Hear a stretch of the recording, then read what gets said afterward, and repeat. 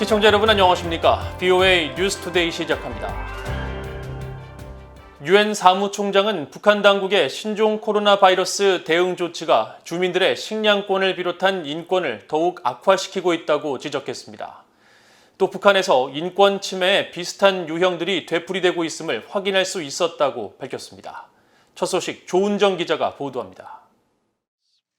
안토니오 구테후스 유엔 사무총장은 북한 당국의 신종 코로나 바이러스 대응 조치가 주민들의 식량권에 악영향을 주고 있다고 지적했습니다.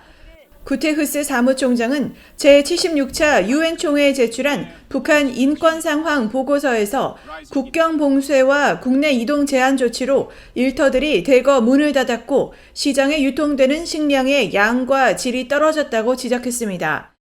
그러면서 식량과 필수 농자재 수입도 어려워져 주민들의 식량 불안정 문제와 식품 다양성이 악화됐다고 평가했습니다. 보고서는 올해 북한의 1,060만 명의 주민들이 인도주의 지원을 필요로 하고 있는 것으로 추산되는 가운데 국경과 시골 지역의 취약계층의 상황은 더욱 악화됐을 것이라고 전망했습니다. 또 올해 3월 1일 유엔 소속 국제요원들이 북한에 단 한 명도 남아있지 않다며 이러한 상황은 북한 내 신종 코로나 바이러스 접종 계획에도 영향을 줄 것이라고 지적했습니다. 아울러 북한 당국이 신종 코로나 대응 조치들로 주민들의 표현의 자유를 더욱 제한하고 있다고 지적했습니다. 구테우스 총장은 또 북한 내 인권 침해 유형이 되풀이되는 것을 새로운 정보를 통해 계속 확인했다고 밝혔습니다. 주민들의 기본권 제한과 함께 자의적 체포와 구금이 계속되고 있으며 특히 구금시설에서 수감자들에게 고문에 버금가는 수준의 구타가 가해진다는 지적입니다. 그러면서 북한 당국의 자국민에 대한 폭력을 중단하고 모든 정치범을 석방하며 구금시설 내 구타와 고문, 강제노동을 중단하라고 촉구했습니다. 아울러 국제요원들의 북한 입국을 허용해 이들이 코로나 백신 접종 등을 도울 수 있게 하라고 촉구했습니다. 보고서는 국제사회가 북한의 인권 상황을 개선하기 위해 북한 당국과 체계적으로 관여해야 한다면서 식량과 의약품 등 인도주의적 지원을 위한 자금을 제공할 것을 권고했습니다. BOA 뉴스 조은정입니다. 최근 중국 당국이 탈북민 강제 북송을 재개했다는 소식과 관련해 미국과 한국 등 국제사회가 중국의 국제법 위반을 규탄하고 책임 있는 자세를 요구해야 한다고 미국의 민간 연구단체가 지적했습니다. 미국의 민간 연구단체인 헤리티지 재단의 올리비아 이노스 선임연구원은 19일 단체 홈페이지에 올린 글에서 세계가 탈북 난민에게 등을 돌리고 있다며 특히 중국 정부의 탈북민 강제 북송 재개 움직임을 비판했습니다. 이노스 연구원은 최근 중국 정부가 신종 코로나 바이러스 여파로 닫혀있던 북중 국경이 일부 열린 틈을 타 중국에 구금돼 있던 탈북민들을 다시 북송하기 시작했으며 중국 정부의 이 같은 강제 북송은 1951년 유엔 난민협약과 유엔 고문방지협정 등 국제법을 위반하는 행위라고 지적했습니다. 그러면서 유엔 북한인권조사위원회 COI 보고서를 인용해 탈북민들이 강제 북송될 경우 조직적인 탄압과 고문, 기아, 강제노동에 시달릴 가능성이 매우 크다면서 이 때문에 유엔은 탈북민을 박해에 따른 공포로 인해 자국 정부의 보호를 원치 않는 현장 난민으로 인정하고 있다고 강조했습니다. 아울러 한국의 문재인 정부도 탈북민들의 제3국 추방이나 강제 북송에 대해 목소리를 내지 않고 있다면서 이로 인해 북중 국경의 탈북민들이 더 큰 어려움을 겪고 있다고 지적했습니다. 그러면서 미국 정부는 국제법상 의무를 지키기 위해 중국과 주변국에 더 많은 인권 의무 준수 이행을 압박해야 하며 유엔 북한인권조사위원회는 중국이 유엔 난민협약 등 국제 의무를 위반한 것에 대해 책임을 물을 수 있음을 분명히 경고해야 한다고 강조했습니다. 미국 국방부가 북한의 무기와 첨단 기술 확산은 국제평화와 안보에 대한 위협이라고 지적했습니다. 국방부는 20일 북한의 항행 경보 발령에 대한 BOA의 서면 질의에 국방부는 강력한 방어와 억지 태세를 유지하고 잠재적인 북한의 위협을 감지해 대응할 수 있도록 해당 지역의 군사력과 군 자산이 잘 배치될 수 있게 보장할 것이라고 밝혔습니다. 이어 우리는 강력한 방위와 방어 태세를 유지하기 위해 한국, 일본 등 동맹국과 파트너 국가들과 함께 긴밀히 협의할 것이라고 강조했습니다. 한국연합뉴스는 앞서 지난 19일 익명의 군 소식통을 인용해 북한이 지난 15일과 16일 항행 경보를 발령했다고 보도했으며 이런 움직임은 미한 군 당국이 지난 16일부터 올해 후반기 연합지휘소 훈련을 실시 중인 가운데 나왔습니다. 북한 지도부가 부정부패를 구실로 신흥 자본가인 이른바 돈주들을 계속 탄압해 경제에 악영향을 미치고 있다고 전문가들이 진단했습니다.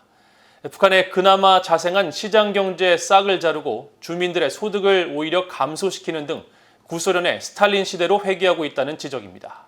김영규 기자가 보도합니다.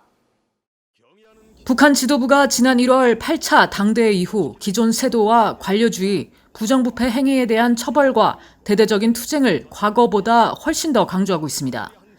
노동신문은 18일에도 부정부패가 세도, 관료주의와 더불어 인민 위에 군림하고 인민의 권익을 침해한다며 노동당이 이에 대해 전쟁을 선포했다고 전했습니다. 김정은 국무위원장은 이런 정책이 인민 대중 제일주의를 실현하기 위한 것이라고 주장하지만 전문가들과 대북 소식통들은 오히려 비현실적 정책 때문에 주민들의 소득이 줄고 고통은 가중되고 있다고 지적합니다. 북한 경제 전문가인 김병현 한국서울대학교 통일평화연구원장은 한국언론기고에서 김정은 위원장이 생산량을 늘리라고 다그치면 기관과 기업이 주민들을 강제 동원해 노동력을 착취하고 돈주 등 부유한 계층에게 각종 명목으로 돈과 현물을 뜯는 상황이 반복되고 있다며 김정은의 정책은 부패를 조장하는 등 사이비 경제 논리에 기초하고 있다고 분석했습니다. 사회주의 경제관에 따라 생산량을 중시할 뿐 주민 후생은 뒷전이거나 희생해도 좋다고 판단하는 등 김정은의 정책에 인민은 없다는 지적입니다. 특히 그동안 유통과 금융 등 비공식 경제의 성장과 변화를 주도하고 국가건설 과제 수행에 중요한 역할을 하던 돈주들이 김 위원장의 압박과 국경봉쇄로 큰 어려움을 겪고 있는 것으로 알려졌습니다. 돈주들이 가지고 있는 자본, 이 북한 지하에서 흘러가는 자본을 김정은이가 타겟으로 했거든요. 이제는 해외 이 무역이 줄어들다 보니까. 그래서 그 자본을 지금 거의 저희가 볼 때는 한 2018년부터 빨아들였습니다. 이제 시장에서 돌아가는 돈을. 제가 볼 때는 거의 한계가 올 겁니다. 이제 이 자본도. 과거 동유럽 공산 경제 체제를 연구했던 로버트 킹 전 국무부 북한인권 특사는 앞서 VOA에 김정은이 스탈린 시대로 회귀하는 등 경제 위기 극복과는 반대의 길로 가고 있다고 지적했습니다. I think it will create problems because a planned economy only works if it's minutely planned and if it responds. I mean, quite frankly, the economy functions best when it responds to supply and demand requirement. 전문가들은 장마당을 통한 시장화와 정보화 촉진으로 주민들의 의식이 깨이면서 체제의 위협을 느낀 김정은 위원장이 신종 코로나 바이러스를 구실로 국경을 장기간 봉쇄한 채 비사회주의 문화에 대한 처벌을 강화하고 부정부패를 핑계로 돈주들을 압박하고 있다고 진단합니다. Corruption is a tool to go after the Donju, but it can also be a way for the regime to try and reassert its authority both within the state apparatus and over the private sector economy. 조지타운 대학의 윌리엄 브라운 교수 등 전문가들은 김정은의 이런 비현실적 정책이 결국 시장 활동을 위축시켜 생산성을 저하시키는 등 북한 경제를 더 악화시킬 것이라고 전망했습니다.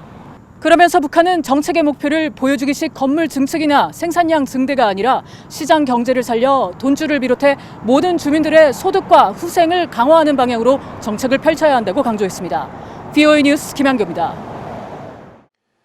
북한 어린이들이 세계에서 35번째로 기후변화 위기에 취약한 것으로 나타났습니다.